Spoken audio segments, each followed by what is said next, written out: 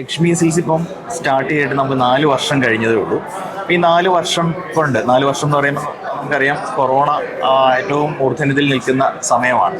ആ സമയത്താണ് Lakshmi Silks start ചെയ്യുന്നത്. അതും കോട്ടയം പോലൊരു പട്ടണത്തിൽ, കോട്ടയം പോലൊരു സ്ഥലം എന്ന് പറയുന്നത് ഒരുപാട് വർഷങ്ങൾ എക്സ്പീരിയൻസ് ഉള്ള ടെക്സ്റ്റൈലുകളൊക്കെ ഉണ്ടായിരുന്ന സ്ഥലമാണ്. അപ്പം ഒരു അനുകൂലമല്ലാത്ത ഒരു സാഹചര്യം അത് സൂചിപ്പിക്കാൻ പറഞ്ഞു.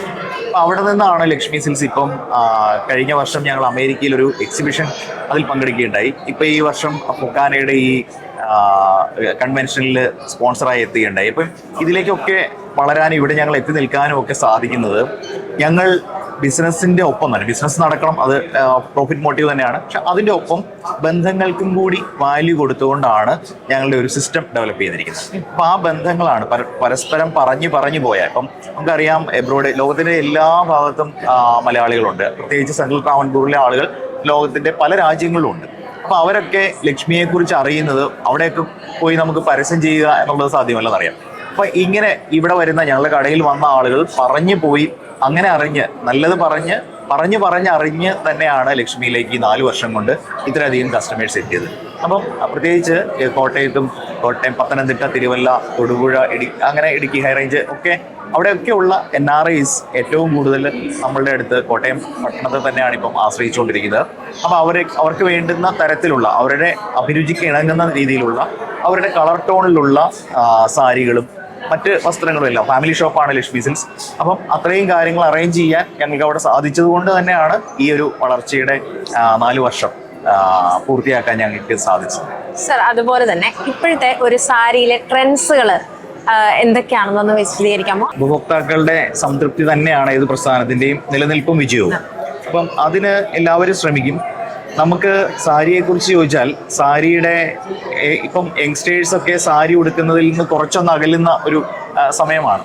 പക്ഷേ എന്നിരുന്നാൽ പോലും ഏതൊക്കെ ഫാഷൻ്റെയും ട്രെൻഡിൻ്റെയും പുറകെ യങ്സ്റ്റേഴ്സ് പോയാലും അവരുടെ വെഡ്ഡിങ് പർപ്പസിനും അതുപോലുള്ള കാര്യങ്ങൾക്കും ഒക്കെ സാരി തന്നെയാണ്. പ്രത്യേകിച്ച് സൗത്തിലെ കാഞ്ചീപുരം സാരി അങ്ങനെ ഒരു ട്രഡീഷണൽ ലുക്ക് വിട്ടിട്ടുള്ള ഒരു കളിക്ക് ഇപ്പോഴത്തെ നമ്മളുടെ കേരള യുവത്വം തയ്യാറായിട്ടില്ല എന്നത് തന്നെ ഒരു അനുഗ്രഹമാണ്.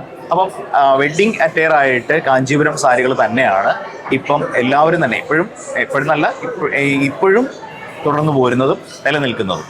ഓക്കെ സാർ, ഞാനൊരു ഇത് ചോദിക്കാണ്, നമുക്ക് എത്ര റേഞ്ച് മുതലാണ് സാരിയുടെ ഒരു പ്രൈസ് ഒക്കെ വരുന്നത്? നമുക്ക് സിൽക്ക് സാരികൾ സ്റ്റാർട്ട് ചെയ്യുമ്പോൾ പ്യുവർ സിൽക്കിൽ കാഞ്ചീപുരം സാരികൾ നമുക്കൊരു 12,000 മുതലൊക്കെ നമുക്ക് സ്റ്റാർട്ട് ചെയ്യുന്നു. അത് പ്യുവർ സിൽക്കിൽ തന്നെ. അപ്പോൾ ഹാൻഡ് വീവിംഗ് ആണ്. കാഞ്ചീപുരത്തെ നമുക്കറിയാം, കാഞ്ചീപുരത്ത് ഒരു 60 കിലോമീറ്ററിനുള്ളിൽ പവർ ലൂം ഇല്ല. അവിടെ ഹാൻഡ് ലൂം മാത്രമേ ഉള്ളൂ, കൈത്തറികൾ മാത്രമേ ഉള്ളൂ. അതിൽ ഒരു കാഞ്ചീപുരം സാരി നെയ്യുമ്പോൾ നമുക്കൊരു 700 ഗ്രാം 800 ഗ്രാമോളം പ്യുവർ സിൽക്ക് യൂസ് ചെയ്യേണ്ടി വരുന്നുണ്ട്. അപ്പോൾ അതൊക്കെ വെച്ചിട്ട് ആ റേഞ്ചിലാണ് അത് സ്റ്റാർട്ട് ചെയ്യുക. അപ്പം പല ഓൺലൈൻ സ്റ്റോറുകളിലും 600 രൂപയ്ക്ക് കാഞ്ചീപുരം സാരി, 200 രൂപയ്ക്ക് കാഞ്ചീപുരം സാരി എന്നൊക്കെ പറഞ്ഞ് വരുന്നത് അത് ഈ പറയുന്ന സിന്തറ്റിക് മെറ്റീരിയൽ ഉപയോഗിച്ച് മാത്രമേ അത് ചെയ്യാൻ സാധിക്കുള്ളൂ. അപ്പം അങ്ങനെയുള്ള സിന്തറ്റിക് ഫാബ്രിക്കുകൾക്കും ഈ ഫാസ്റ്റ് ഫാഷൻ രംഗത്ത് നിൽക്കുന്ന ടെക്സ്റ്റൈൽ ഉൽപ്പന്നങ്ങൾക്കും അതിന് ബദലായിട്ട് ഇതൊക്കെ നമ്മളുടെ ശരീരത്തിന് ഉപയോഗിക്കുന്നേക്കാൾ ഉപരി പ്രകൃതിക്ക് ദോഷകരമായ വസ്ത്രങ്ങൾ തന്നെയാണ് ഈ ഫാസ്റ്റ് ഫാഷൻ വസ്ത്രങ്ങൾ. 100 രൂപ 200 രൂപ എന്നുള്ള നമുക്ക് ചെയിൻ ബിസിനസ്സുകൾ കാണാം ഇപ്പോൾ കേരളത്തിൽ. അപ്പോൾ കേരളത്തിലല്ല, ഇന്ത്യ മൊത്തമുണ്ട്. അപ്പോൾ അത്തരം വസ്ത്രങ്ങൾ ഈ ഭൂമിക്കും പരിസ്ഥിതിക്കും വരുത്തി വയ്ക്കുന്ന വളരെ അപകടകരമായ ഒരവസ്ഥ അത് വരും കാലഘട്ടത്തിൽ ഉണ്ടാവും.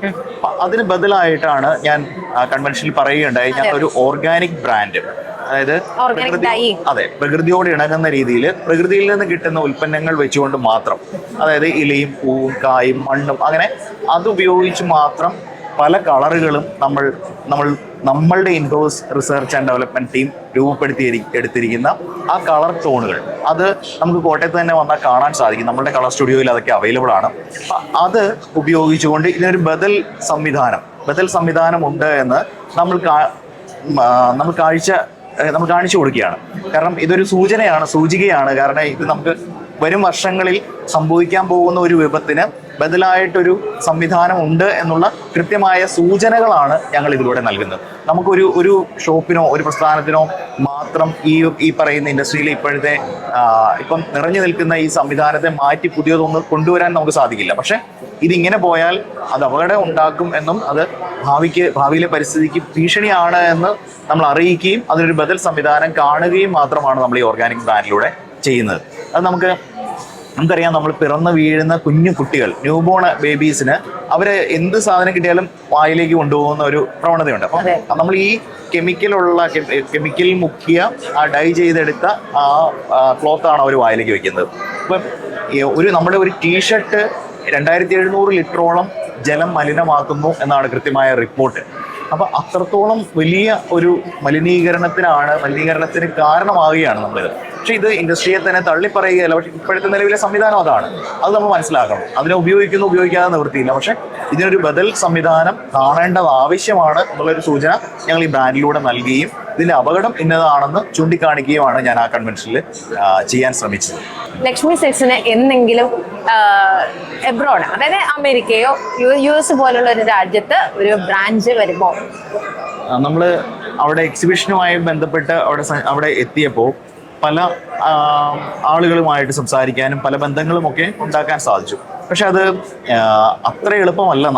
ഇവിടുന്ന് ഒരു ബ്രാൻഡ്, പ്രത്യേകിച്ച് ടെക്സ്റ്റൈൽ ഐറ്റം, അവിടെ പോയി ഒരു ബ്രാൻഡ് തുടങ്ങുക എന്നുള്ളത് ദുർഘടം പിടിച്ച ഒരു പ്രോസസ്സാണ്. അത് അത്ര എളുപ്പമല്ല എന്നുള്ളത് ഞങ്ങൾ മനസ്സിലാക്കിക്കൊണ്ട് അതിൽ നിന്ന് പിന്മാറുകയാണ് ഉണ്ടായത്. നമുക്ക് കേരളത്തിൽ ഇപ്പൊ കോട്ടയത്തുണ്ട്, ഇനി നമുക്ക് വേറെ എവിടെയെങ്കിലും ഒക്കെ ഷോപ്പ് വരാൻ സാധ്യതയുണ്ടോ? കേരളത്തിൽ ഞങ്ങളെ സംബന്ധിച്ചിടത്തോളം ഒരു ചെയിൻ ഷോപ്പ് തുടങ്ങുക എന്നതിലുപരി നമ്മളുടെ ഷോപ്പിലേക്ക് ഈ പറയുന്ന മറ്റു സ്ഥലങ്ങളിൽ നിന്നുകൂടി ആളുകളെ എത്തിക്കാൻ പാകത്തിന് പര്യാപ്തമാവുക, അതാണ് ഞങ്ങളുടെ എയിമായിട്ട് എടുത്തിരിക്കുന്നത്. നിറയെ ഷോപ്പുകൾ തുടങ്ങി അതിനകത്ത് അതല്ല ഞങ്ങളുടെ ലക്ഷ്യവും. അതല്ല ലക്ഷ്യം വയ്ക്കുന്നു. ഞങ്ങൾ കോട്ടയത്താണ് നിൽക്കുന്നത്. കോട്ടയം എല്ലാവർക്കും ഇപ്പം എത്തിച്ചേരാൻ പറ്റുന്ന പരുവത്തിലുള്ള ഒരു സ്ഥലമാണ്. അപ്പോൾ അവിടേക്ക് ആളുകളെ എത്തിക്കുക, നമ്മൾ കോട്ടയത്തിന്റെ വിപണി ഒന്നുകൂടി മെച്ചപ്പെടുത്തുക, കോട്ടയത്തേക്ക് എത്തിക്കുക എല്ലാവരെയും. ഇപ്പൊ തന്നെ നമുക്ക് പത്തനംതിട്ടയിൽ നിന്നും റാന്നിയിൽ നിന്നും അതുപോലെ തന്നെ അടൂരിൽ നിന്നും ഒക്കെ നമുക്ക് ആളുകൾ വരുന്നുണ്ട്. അപ്പം അതുകൊണ്ട് തന്നെ നമ്മളിലേക്ക് അങ്ങനെ എത്തിച്ചേരാനുള്ള സാഹചര്യം സൃഷ്ടിക്കുക, അവർക്ക് കൊടുക്കാൻ പറ്റുന്ന മാക്സിമം ഫെസിലിറ്റീസ് കോട്ടയത്ത് തന്നെ കൊടുക്കാൻ സാധിക്കുക എന്നുള്ളതാണ് ഞങ്ങൾ ലക്ഷ്യം വെക്കുന്നത്.